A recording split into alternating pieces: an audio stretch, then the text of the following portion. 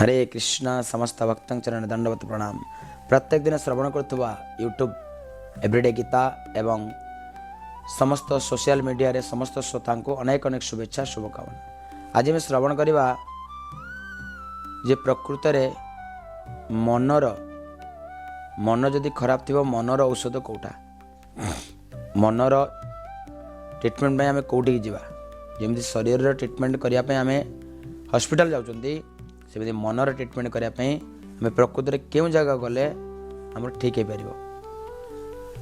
ये मन ही प्रकृत बंधु बोली भगवत गीता रे भगवान अर्जुन कहते 6ठ अध्याय ध्यान जोग 6 नंबर श्लोक अर्जुन कहते बंधु आत्मा आत्मन एव जेन आत्मा आत्मनाजित अनात्मनस्तु शत्रुत्वे वर्तते आत्मैव शत्रुवत्।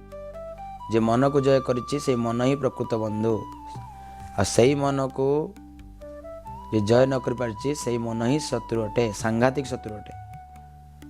ठीक जमी आमर शरीर असुस्थ हेले आम हॉस्पिटल जाउछंती डाक्तर आमको ट्रीटमेंट करी भल करूछंती सेमिति ए मनर औषध पाई आमको इस्कन जा पड़िबो जोटी प्रकृत रे शिक्षा दिया जाउछि, भगवत गीतार शिक्षा दिया जाउछि, भगवतम शिक्षा दिया जाउछि।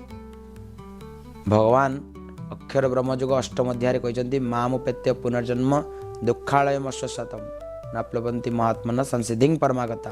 ये जगतटा हूँ दुखर आलय, ये समस्ते दुख भोगुंट कि प्रकृत में सुख केवल भगवत गीता जदि आप अध्ययन करेंगे ये भगवत गीता ही आपण सुख पाइबे।